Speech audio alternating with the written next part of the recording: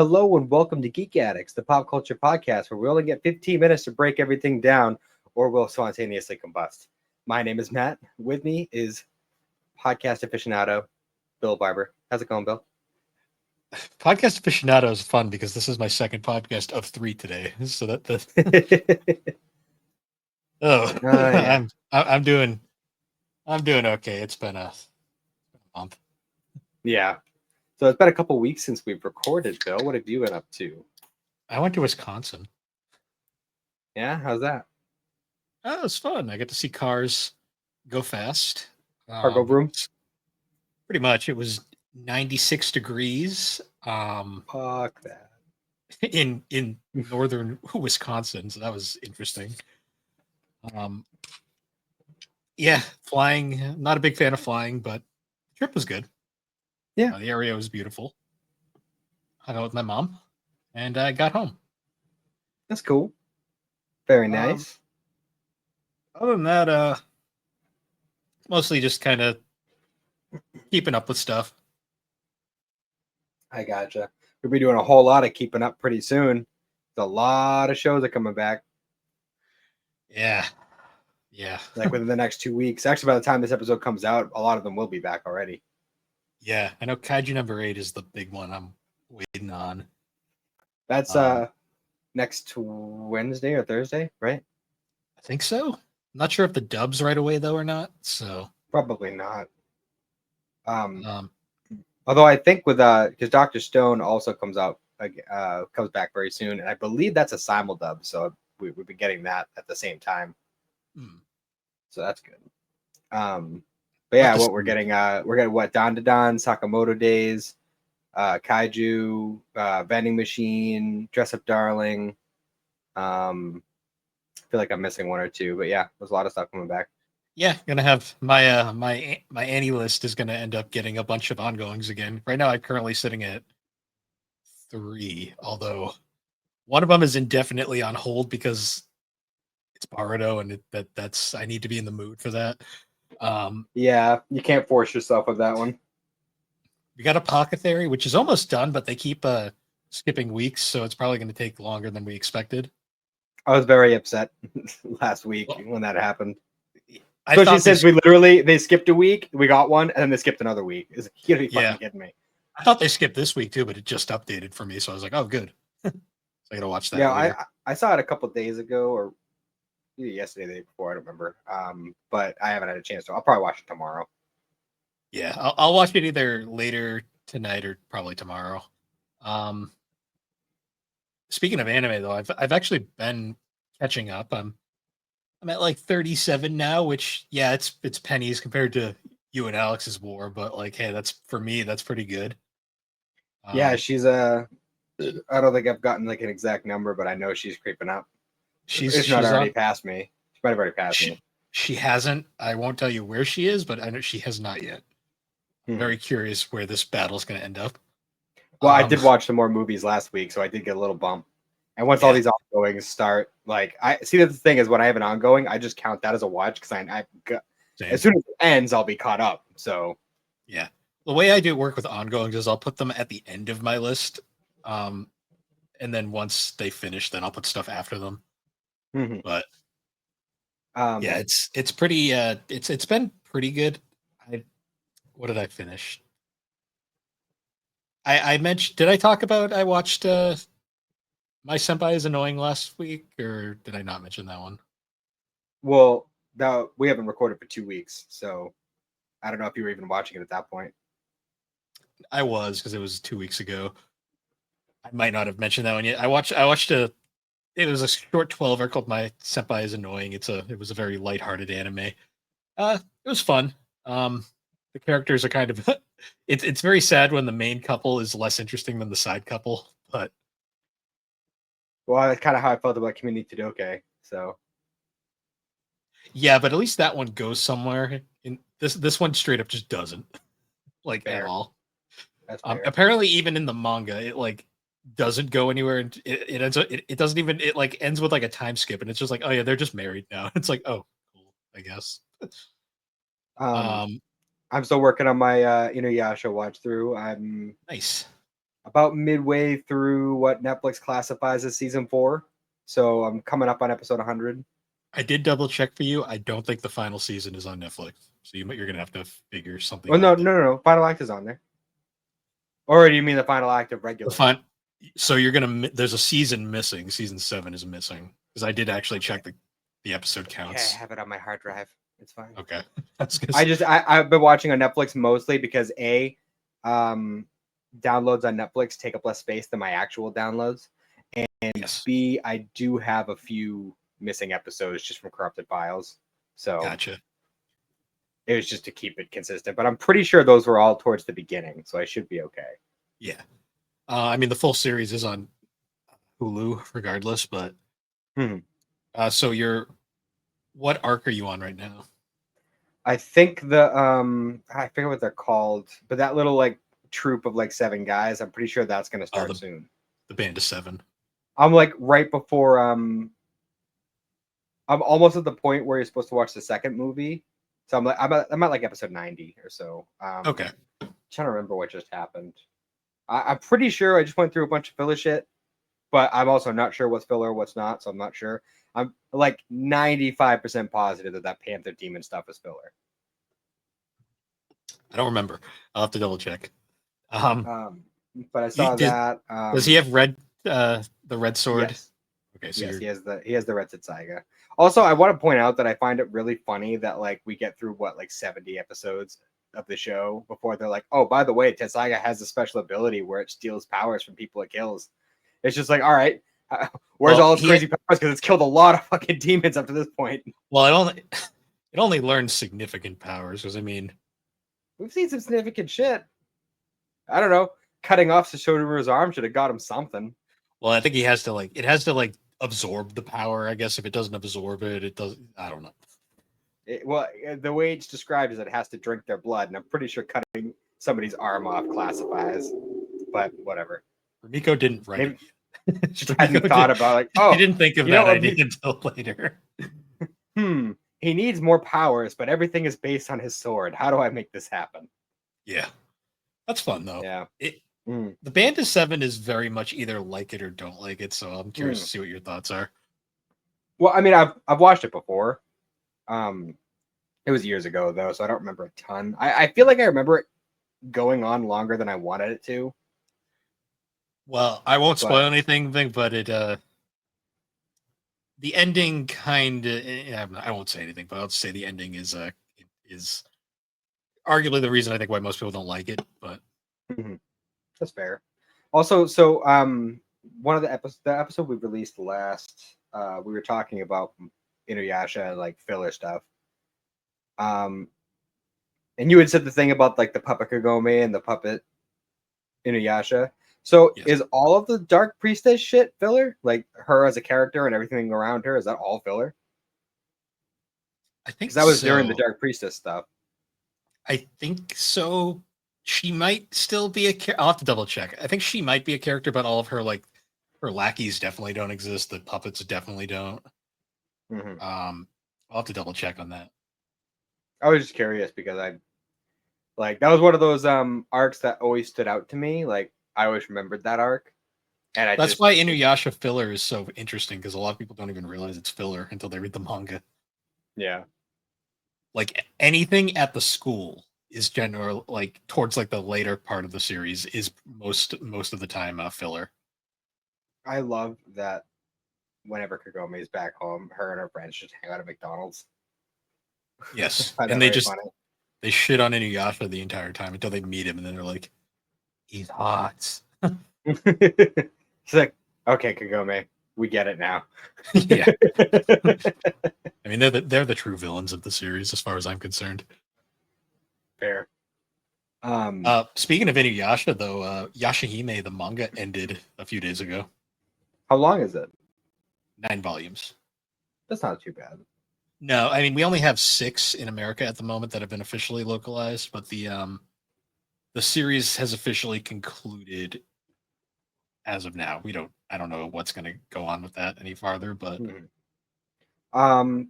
so we had some news. Apparently we are getting more Kaguya-sama. We are, but it's not exactly what everyone hoped. I mean, has it been confirmed that it's not going to be like an actual season, or it's a special? It's been confirmed it's a oh. special. My only concern is the image that they are using to promote it is 100% the end of the series. Like that, that is straight up like the end. So I'm kind of concerned they're going to skip right to the end and just wrap it up. I don't like that. I don't either, because there's a lot of stuff there that I hope they at least, even if they abridge it, they at least kind of touch on everything. I don't want them to just do like the final couple of chapters and then call it a day. I just don't want Ishigami to get the shaft. That's all. Yeah. I mean, he has a good ending, even if it's really character. His ending's very ambiguous, but it's a good ending. So I gotcha. So it figures right after we do that episode, and only 5 years since the last one. Apparently, Paramount is working on making another adaptation of The Stand again already. Cool. Oh, will they screw it up again? It shows how much faith they had in the one they made the last time, which can't confirm bad. Oh, I did also start watching a show called High Score Girl. It's on Netflix. I feel like I've heard of that one. It's pretty fun. It's so much video game fan service. Like they have legitimate like footage of like Street Fighter and like Virtual Fighter and like all these arcade games. Like they straight up have like Dreamcast, well not Dreamcast, Saturns and PlayStations at one point. It's very fun. It's very cute and entertaining. And I have 2 more episodes of that. I've been watching it. I also watched a bunch of movies because I may or may not have just recorded 3 anime films. Oh yeah, so you watched Depression, the anime. So that one is not included, but I did watch it. I saw that. I was like, oh no, what have you done? I watched Look Back. Gonna be talking about that on GNC. This will probably come out before that. So I watched Look Back. I watched a film called it's a Netflix anime. It's called, it has one of those long names. Makia, When the Promised Flower Blooms. That one was okay. It's one of the few Netflix ones I haven't watched yet. I didn't love it, but I didn't hate it. I'll save my thoughts for that episode when it comes out later. And then the final film was 5 centimeters per second, another Shinkai film. And boy, did I have odd thoughts about that one. Yeah, it's something, that's for sure. You can tell that Your Name was definitely there's a reason Your Name was his mainstream breakthrough. Yeah, that was his big break. Yeah. Also, 5 centimeters per second is from like 2007. It's actually a lot older than I thought. Yeah, for sure. Yeah. That one I had some weird thoughts on. I also watched Grave of the Fireflies. Yeah. Yeah. And that's the fucked up thing about that movie, Bill, is like you start it and like literally the first thing that happens in that movie is the kid dies in the gutter. Well, yeah, the entire movie is a foregone conclusion. Exactly. So you're watching like that happens, and then you start going like the little dead kids are looking back on their lives, and you see all these like cute, sweet moments between the older brother and the younger sister, and the whole time in the back of your mind, whenever something like endearing or adorable is happening, you're like, oh, but they're dead. Yeah. And so also, you're just not allowed to be happy watching that movie ever. Well, no, the entire movie is extremely bleak. It is an excellent film for what it is, but fuck. Yeah. And the worst part is too, you watch it and you realize, I mean, the entire theme of the movie is war as hell, because the whole movie takes place towards the end of World War II in Japan. Like that famous image, like there's a famous poster for the film which shows the 2 main characters with a bunch of fireflies around them, but then you look closely and you can see the silhouette of a plane and you realize those aren't fireflies, those are fucking bombs. Like it's like, holy shit. The other thing that's really sad and makes the movie feel very real is the fact that when you really think about it, everything that happens to the kids is kind of their own fault. Yeah. And it's Well, like, and it's mostly the brother's fault. The little sister was just kind of dragged along. tragically, yeah. It's just the movie. The thing about the movie is it's very bleak, but it's also very real. And I think it's one of the things that sets it off compared to like the Miyazaki films, because it's the other director that's very prominent at Studio Ghibli. Did Grave of the Fireflies. Mm-hmm. But yeah, that was a movie I finished watching, and I was just like, I need to watch something stupid now because I can't. Everything sucks. Yep. I need to watch like Bluey or something. Like this is Did you know when that movie was first released in theaters, it was a double feature? What was the second movie? Just another film called My Neighbor Totoro. Yeah, that's fair. Talk about fucking mood whiplash. Yeah. I mean, you kind of have to like. Yeah, but just imagine like you get like I don't know which one was first, so either way, it's still. I'd hope Totoro was second. Even then, though, imagine going from that bleak shit to suddenly sunshine and rainbows and being like just dead inside watching it the whole time. Yep. No shit. Oh, yeah. That I watched. So have you watched Pompoko yet? I have not, but Alex did, and she told me it was interesting as well. Did she tell you any details? It has a nature message to it. That's about it. Okay. See, that's all you need to know. So when you watch it, we're gonna do an episode on it. Okay. And it's not high on. You should be there for that. Okay. It's not high on my priority right now, just because I have like 5 other things lined up. But when I get to it, I'll let you know. Well, the next time you watch something fucking depressing like Grave of the Fireflies and you need a palate cleanser, make that the one. Okay, I'll keep that in mind. Yeah. I don't even think technically my palate cleanser for Grave of the Fireflies was the fucking movie we're talking about today. Now that I think about it, that was the next thing I watched. It's not. I wouldn't say it's like especially happy or uplifting, but it's a good film. It has a good ending. Yeah. Yeah, that's all I got for stuff I've been watching. I watched a NASCAR race last night. That was fun. That's about it. Yeah. I haven't really been doing much on. I've been super busy the past few days, so I didn't really have much time to like sit down and like do anything. Yeah, it's going to be a busy couple of weeks because next week's 4th of July, so that's going to be also yeah. So we'll probably have to record like on Saturday or something next weekend as well, because that's fine. We can make that work. Maybe we can try and get a double in. Maybe we can try and get a double in too. Yeah, because I'm gonna be trapped in downtown Plymouth from the 3rd to the like the morning of the 5th. Gotcha. Yeah, I mean, we could probably do like Saturday night or something. We can figure that out. But we'll see how things go. I mean, Saturday's my birthday too, so I don't know if I have anything going on. But maybe if not Sunday.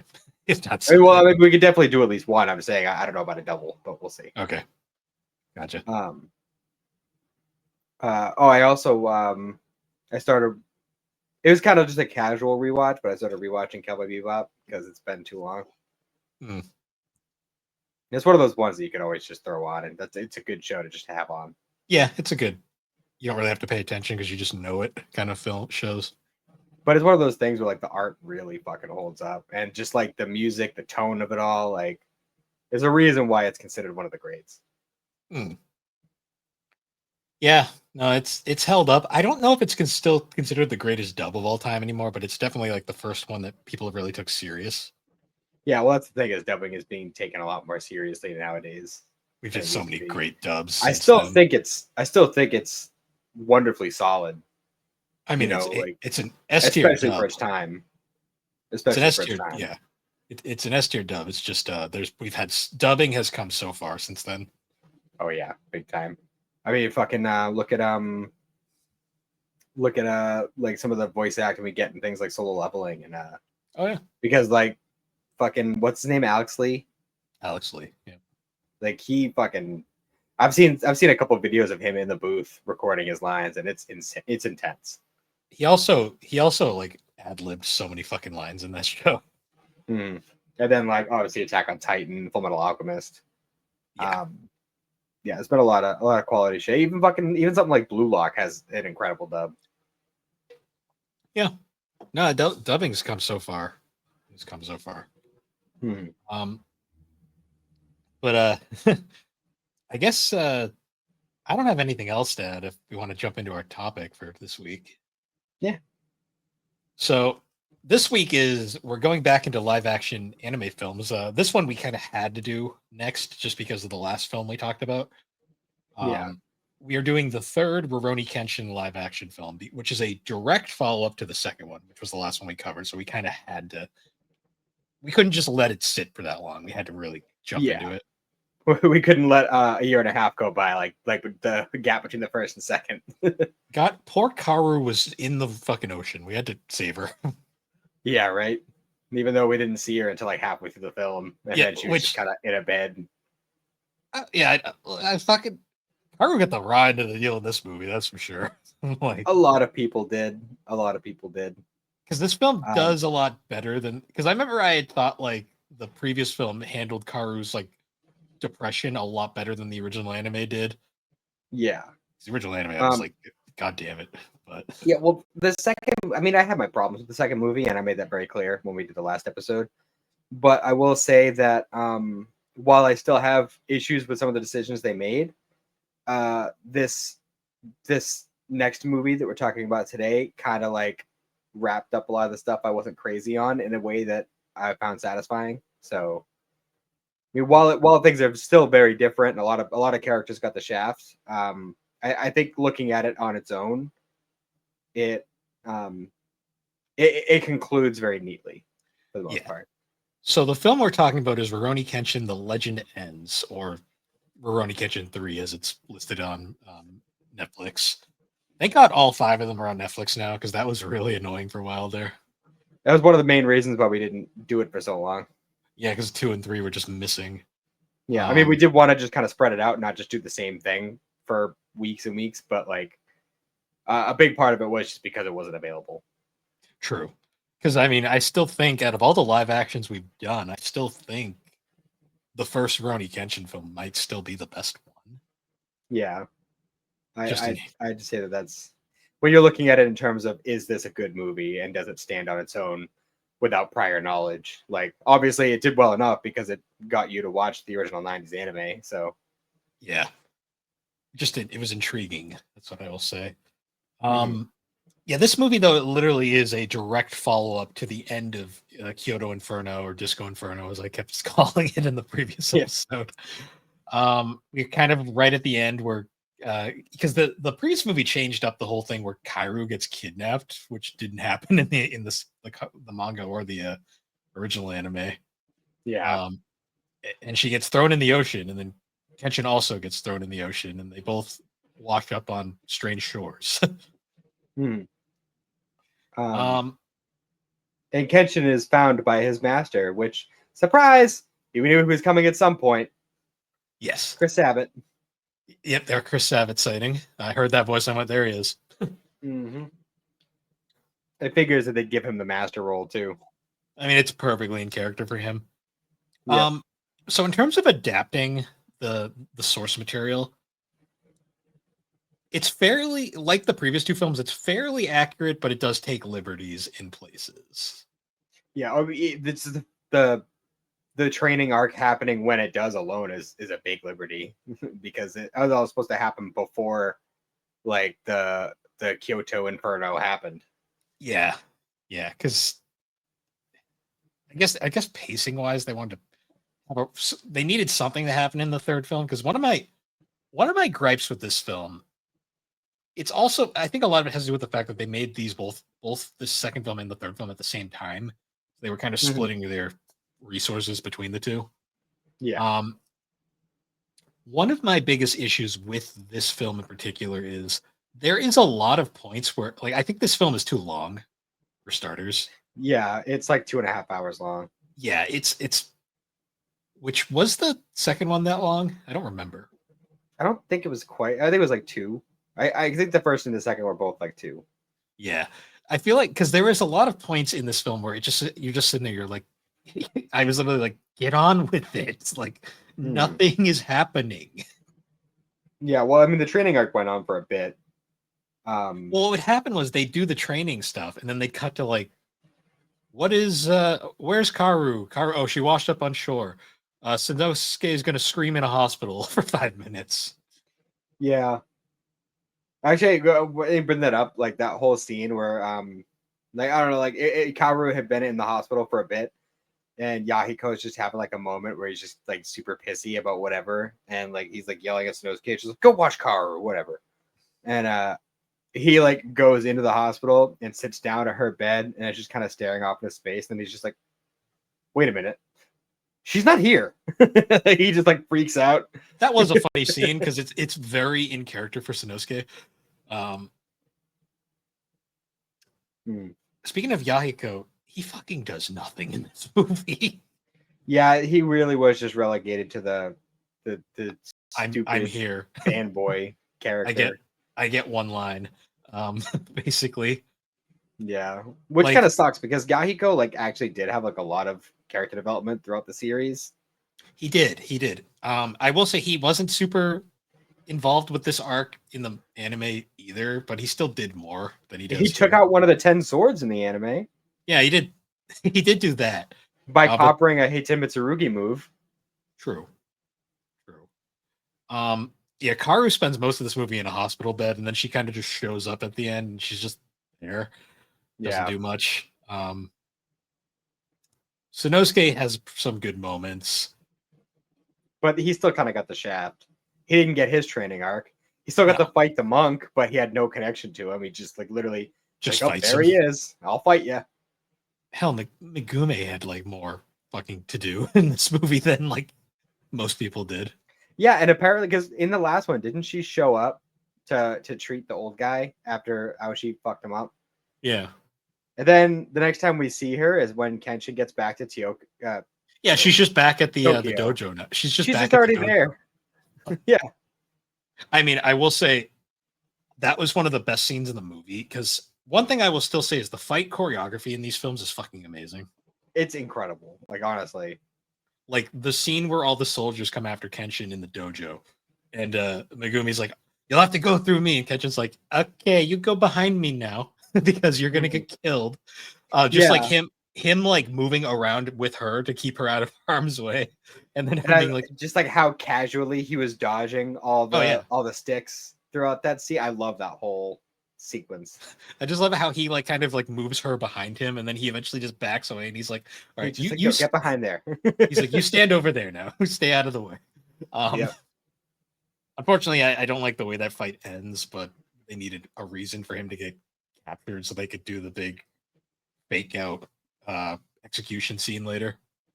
I did think it was really unnecessary for that guy to break his stick over Kenshin's back after he had already put his sword down. Well, the military in this series is just kind of obnoxious. Well, I mean, to be fair, I think part of it is because like there are special squads that are allowed to carry swords, like special officers, but like most officers just have a stick. Yes. So when you're going up against somebody with a sword, I can imagine tensions are pretty high. Yeah. Which is always funny when it's I was just gonna say I thought it was cool in that we got the scene of Kenshin meeting his master and getting his new name. Like I was glad that they included that. Yeah, they've been very interesting with how they do the flashbacks in these movies because they do them way more effectively than the anime did. As in, they actually do them. And this is the third movie in a row. Like so far, we've seen it at least once every movie that we've watched so far, where they flash back to him killing the guy who was about to get married and getting his first scar. Yes. Well, because we have to come into a head in the next movie. We have to see Tomo cry over the body for like the 50th time. Like, yeah, right. Because meaning. Although, like, if memory serves, in the Trust and Betrayal OVA, like, wasn't she just kind of like catatonic when she saw it? Like, she didn't like have a moment or anything. She was just like, oh, fuck. she's very whatever, and then she just goes to a whorehouse after. It's like damn, like she Yeah. got over that. Yeah, it's just weird. I'm curious to see how they handle that. Yeah, because Next there's movie. because the next two movie. I'm not sure what order we want to do the next two, and we'll find out. We'll decide when we get around to it. Well, But I'm pretty sure the next one is like the trust and betrayal story, and then the one after that is like the final arc. which is weird though, because they released the other way around.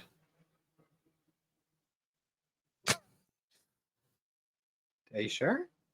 Yeah, according to Wikipedia, that one they were made at the same time, so they came out like literally right around the same time. But they apparently released the finale before they released the beginning. That's bizarre. Well, I still think we should go 4 and 5. We should mix it up. And honestly, I feel like doing the backstory first and then having the follow up with the, I guess, brother-in-law showing up, who, by the way, is played by the guy who plays Zoro in the one live action One Piece, Interesting. which I find really really interesting to learn because with how fucking insane the fight choreography is in these movies, probably explains a lot for how fucking good he is in the One Piece. Like he got all of his training from these movies. True. So I do want to talk positives about this movie. I still fucking love um Shishio's character, the guy who plays him, Yeah. and then the voice actor as well for the dub. Yeah, even what was oh yeah, the voice act, yeah, because he I don't remember the actor's name, but he was Mr. Hannes in Attack on Titan. He was Gajiel in Fairy Tale. He's been around. He's been a ton of people. I think it's like David Wald, his name is. And then what's his name? Hojo, the the guy who's like, you know, dresses like a rich dude or whatever, but he's like super obsessed with Shishio, and like I thought he was very well portrayed. I found him like kind of stupid, annoying in the anime, but here I actually found him to be like a fun character. I love how much they like cheese up the fucking scenery when they're fucking acting, some of these actors, because like when they're about to execute Kenshin in the middle of the film, the one guy who's like doing like the like, I think it's the guy you're talking about. He's all like super dramatic about it. And then the second it's like Kenshin's like, surprise, bitch. He's like, oh no, I gotta jump on my he goes and hides behind the mercenaries like immediately. Yeah, because that he was played by Ian Sinclair, right? Yes. Yeah. That was a voice perfect casting option. Perfect casting option. Yeah. I did love the scene too with like Shishio in the meeting with the head of the military. And that one guy gets stabbed and like Shishio's like, hey, don't waste the cutlery. Some of the like quips that Shishio has throughout these two movies is super funny. Shishio is like one of the characters that they got absolutely right. Yeah, they fucking nailed him. Because he is a great villain, but he's also like, he's not just like evil for the sake of being evil. He's actually got like a character to him, which makes him very interesting. Yeah, like revenge is a part of it, but like I feel like that's not his main motivation, and that makes him a very interesting character. I know that the films don't have the highest budgets either, but like I did think the effect of like his fire sword, which I still don't understand how that fucking works, but whatever. Well, in the anime, all right, so they don't really call attention to it in this film.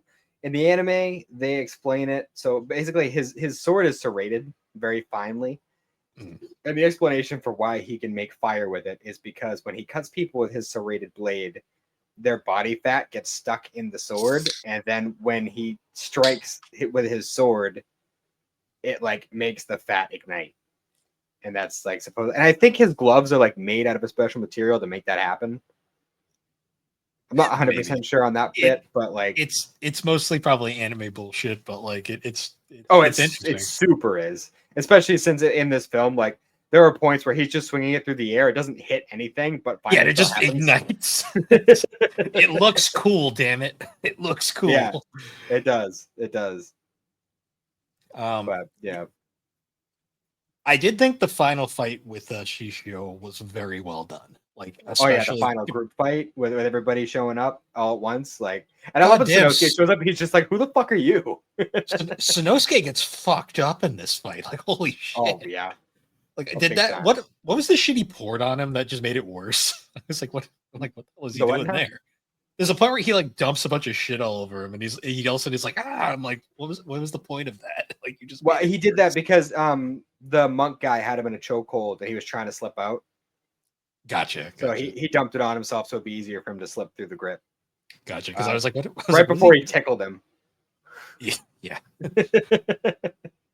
Um, yeah. They also did a scene. I was curious how they were going to handle was the iconic like Sanosuke like fake out scene when, excuse me, when Kenshin. You think Kenshin is finally you think Kenshin's won this, and like Sanosuke's down, not Sanosuke, Shishio's down, and then his little lover shows up and like is like, please, he's hurt, and then he fake out and stabs her and stabs Kenshin through her. Mm-hmm. That was a great scene in the anime, and I'm glad that they also made it very good here. Yeah, they definitely did it justice there because it was one of those things where it's like, yeah, that was fucked up, but like she was like so fucking happy about it. So it's like I don't know how to feel about this scene. Well, that it's such a weird thing because it's like when you look at their relationship, it's like he does love her, but he also uses her for his to his advantage. Get some serious like Joker Harley Quinn vibes off the two of them. He's not really abusive to her though. Like not like the Joker is. The Joker is just that's just straight up an abusive relationship. Well, I just mean like the way that they come off, you know. Yeah, it's a less extreme version of that because there is actually I think genuine like affection in this relationship Hmm. just from the way he acts, like especially like after she falls, he catches her and then like he And does the like whole even scene. like as he's like trying to like once he's actually like lost the fight and he's like, oh, I'm out of here, blah blah blah. And he's still like he picks up her body and he's like going to leave with her. Yeah. Like he does care. Like it's their relationship even in the manga and the anime is very interesting. Like it's actually kind of compelling how well it's written. And Mhm. I'm glad it was transferred over here pretty well. I will say the scene where he bursts into flames after he does get defeated was really fucking like goofy Yeah, for sure. because he's like Um, ah as he's burning. Actually, come to think of it, I feel like Shishio's relationship with his woman there uh is like a weird like reversal of the relationship between Kenshin and Kaoru Kinda. because they're like just as like loyal and committed to each other, but like but on the other ends of the spectrum where like Shishio is like crazy murderous, like you know, do what I got to do to make things happen that I want, and then and she's supporting that, like doing everything she can to help as much as she's able. But then on the other end of it, we have the relationship between Kenshin and Kaoru, which is like just as loyal, just as trusting and all that. But like she's there to keep him on the straight and narrow. And like Yeah. there's a lot of points throughout the series where if she wasn't there, he would have reverted back to the killer. Well, yeah, like we see it in the first movie and like the anime, like he was gonna kill that guy who had her captured, but he Mm-hmm. didn't because of her. Um Karu is also kind of like a symbolism. It's Kenshin learning to love again, kind of thing. Yeah, Especially for as we sure. learn from Trust and Betrayal. Yeah, no kidding. He has a hard time with that kind of stuff. There's a reason why he was keeping a firm distance away from relationships for a while. I will say that the live action definitely speeds up their relationship a lot more than the anime or manga did. I mean, you kind of have to cut it down to fit into the runtime. True. They just like they're a lot closer and like a lot faster here, and I'm just like okay. And I did love the symbolism of when he gets back to Tokyo and Megumi gives him back the red and white Yeah. outfit. Um, Especially because like that has more it has more meaning in this version of the story because in the first movie Kaoru said it belonged to her father, even though he in the anime and manga he already had it when he showed up. It was Yeah, just his that outfit. That was just kind of a movie change, I'd say, because they really But like, they wrote things yeah, differently in the live action for sure. yeah. Um, but yeah, Sanosuke definitely kind of got the shaft with this because like they kind of skipped around a lot of shit. And I'm glad he was involved in the final fight and he did work. You know, he did his part. And I love how Shishio's reaction to him too. She's like, "Who the hell are you?" And he's just like, but then like Shishio just fucking like wrecks him. Like, and it wasn't even like his sword that knocked him down. It was just like, no, I'm just gonna punch you through a giant fucking wooden crate and just leave you Yeah. there. Um. Yeah. Yeah. Um, I feel like they could have done more Sanosuke stuff during all those scenes, like where like nothing was happening. well, yeah, it could have been while all this stuff was happening with Kenshin's training. It could have been them going through their two training arcs, but like, which is pretty sure what actually happened in the anime. Okay, because the only Um, other real significant fight we kind of skipped over was the Kenshin versus Aoshi, the Aoshi, yeah, which was that was a yeah. pretty good fight. I still think Aoshi's actor looks kind of goofy for the role, but I mean, I feel like the look is fine. I still feel like the writing itself of like his motivation and everything just doesn't make sense without all the other Oniwaban characters. yeah, Um, but I did like how that wrapped up where he beat him and then like he does the whole thing like you're lacking meaning in your life when you find what you're missing, and if you still want to be the best, I'll be your opponent. mm, And like he kind of has like a moment and like especially you know what it was after what the fuck is her name, the purple ninja chick, oh, Misao. Misao, yeah, When Misao like kind of forgives him and like says like, no, I'm not going to kill you. You know, if Kenshin of all people can change, so can you. Um, and like he kind of breaks down there for a minute and like he starts crying, which you wouldn't expect from him.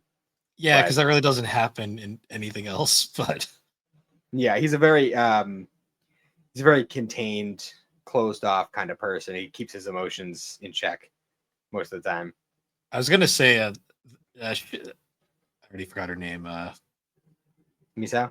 Misao is another extremely underutilized character in this film, Yeah. A especially lot of the like the minor characters really just kind of got put to the side in these films, which I get it, but it still kind of sucks. because like in the second film, I love the scene where she steals Kenshin's sword. Like that scene is so Mhm. fucking good. Yeah, This one and is just she did stab Aoshi in the back, sure did. um, and he like kicked the shit out of her for it. yeah, people get fucked up in this movie. Yeah. Um. But no, and then when Aoshi shows up during the final fight with Shishio too, like that was pretty badass. Yeah, yeah, that was pretty fun. I did also like the scene too, like after like Kenshin escapes from the execution and they get on the boat because they're heading over to Shishu's ship.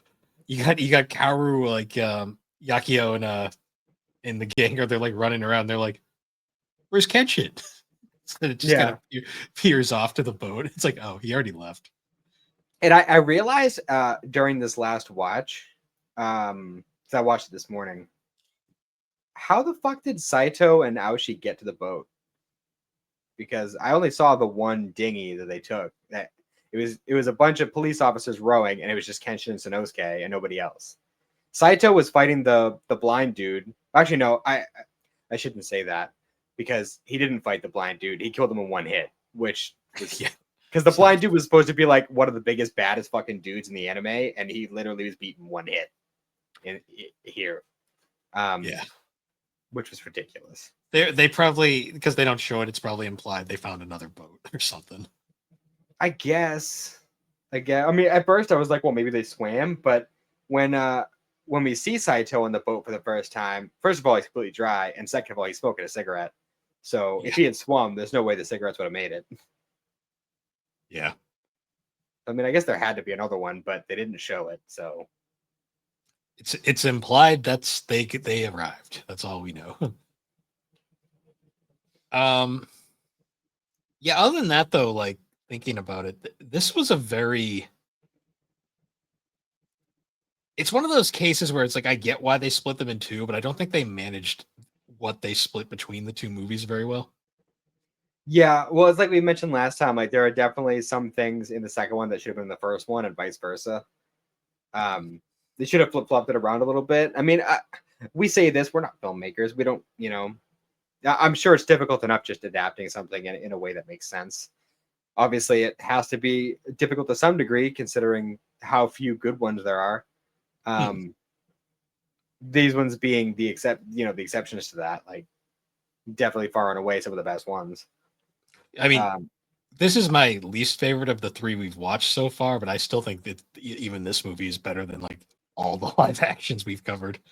really, I mean, I don't know, because it was. I mean, I didn't dislike any of the three.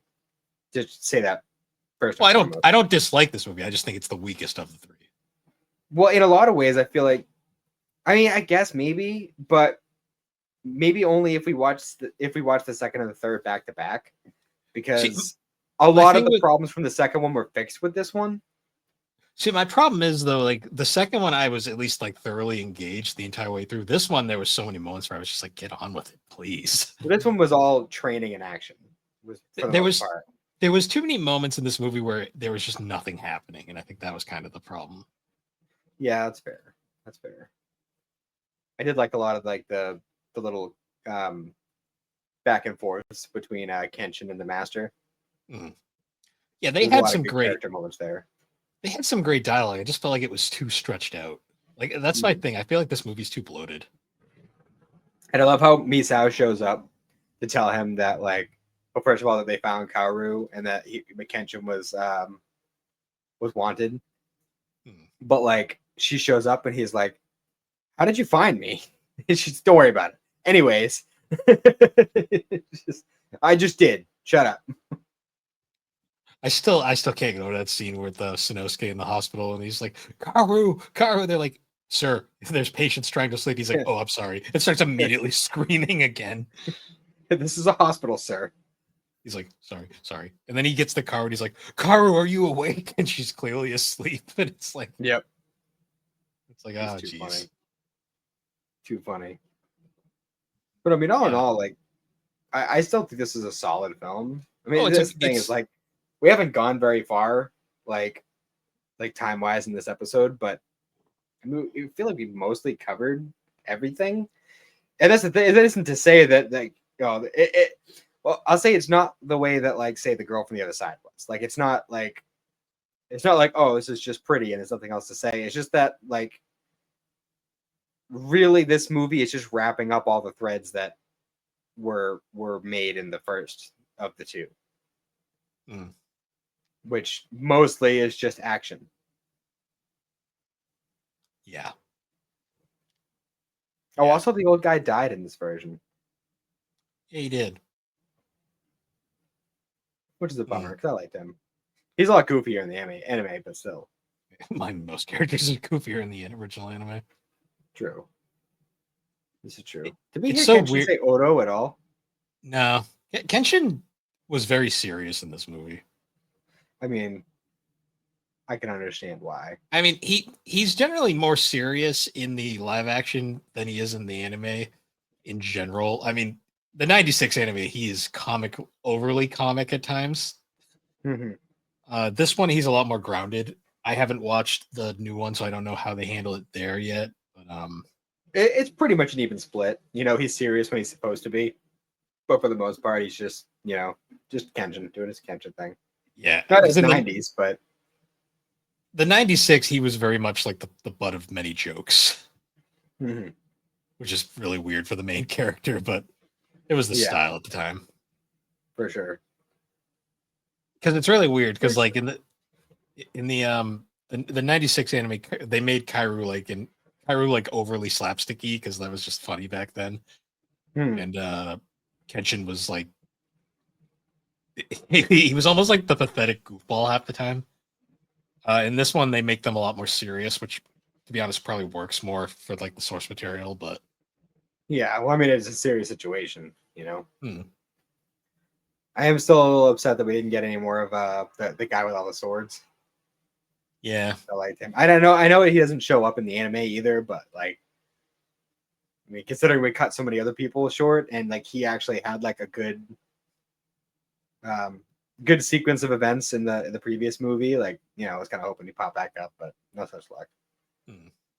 What'd you think of the lip syncing this time around? I thought it was for the most part pretty good, like with the dub, but there were a few moments where I was like, yeah, that was a bit of a stretch. Yeah, yeah, I agree. There was a few moments where I was like, probably could have done that a little bit better, but for the most part, I mean, there were even some moments where it was almost seamless. Yeah, you'd only really notice if you're. Well, I mean, they're very clearly not the people talking, but and there's also a few moments where like they are lip syncing, like the actor is definitely talking, but like they're barely moving their mouths, so it almost looks like they're just dubbing over just nothing. I mean, it's way better than like those early like foreign film dubs where like they didn't even try, and it's really funny to watch. But yeah, that's really about it though for the Kenshin movies. Well, for the third movie. Well, yeah. Yeah, I have a feeling the next one will have a lot more to say on it. That, especially since like yeah, that is like a part 1, part 2 kind of situation, but they're also like isolated stories in the timeline. So I feel like those two will work better as like standalones to cover one at a time than this one and the previous one. Yeah, well, because I know. So the two remaining movies there's the finale, which covers the often forgotten the arc that was never adapted that we always keep forgetting about. Which I honestly I should probably read the manga at some point just so I get some backstory for it, because the most we've seen of it is that really abridged version of it in that one movie, Reflections, which wasn't very good. No, it was not. Because they kept like splicing it between that and like Kenshin going nuts from syphilis or whatever the fuck that was. Karu dying like just every few minutes. That's such a depressing movie. Now that I think about it. Yeah, yeah. Even though I have my feelings about it, I still kind of want to watch it again because it's been so long, just to refresh my memory on it. And like also since, well, first of all, those are live action movies we'll be watching, and then with the remake, eventually they're going to cover those arcs. So I hope so. I hope we get them this time because season 2 ended pretty much exactly where the last film we covered ended, like on the boat. Although in the anime version they sank the boat. Sink the boat. And which I could be wrong, but in the 90s anime, didn't they like not even get to board the boat? Like they were at the final fight happened like at the pier before they boarded. Maybe. I feel like it was like a secret tunnel situation. Like they were taking a secret tunnel to the boat, and that was like along the secret tunnel was all like the different guys that everybody had to break off and fight on their own. And then the final fight with Shishio happened at the pier. I could be misremembering that, but that feels right to me. I think so. It's been a year since I've seen that, so I'd have to retake a look. It's been significantly longer since I watched that part, at least. But yeah. Oh, we'll have to wait and see on that. I guess this is a good enough time to wrap it up. It's a shorter one this week. Still went for about an hour, so it's not too bad. Yeah, pretty close. But yeah, I guess anyways, guys, once again, thank you for joining us on Geek Addicts. You can find Geek Addicts on all the major podcasting platforms, particularly Apple Podcast and Spotify. And be sure to check us out over on the Superpod Network. That is superpodnetwork.com. Awesome site where you can find all sorts of different blogs, videos, podcasts, a whole bunch of other awesome creators over there. Just wrapped up the recent game club, and Matt's game finally won. So hooray! Everyone's going to play Legacy of Goku 2, hopefully. Yeah, they may just opt out. I hope Brack doesn't opt out. I really want him to play it. We'll see. Well, I had to recognize that it's a good game, even though Dragon Ball Z is attached to it. Yeah. Yeah, we'll find out. I might try to play it. No promises because my schedule sucks, but I might try. It's an easy game to fall into, though. I And know like it's I said, easy. you already know the story, so you can just skip through the dialogue. I know. It's one of those things where I'm just like, I never have time to sit down and play, but we'll see. Yeah. We'll see. But yeah, anyways, guys, once again, thank you for joining us, and we will see you all later.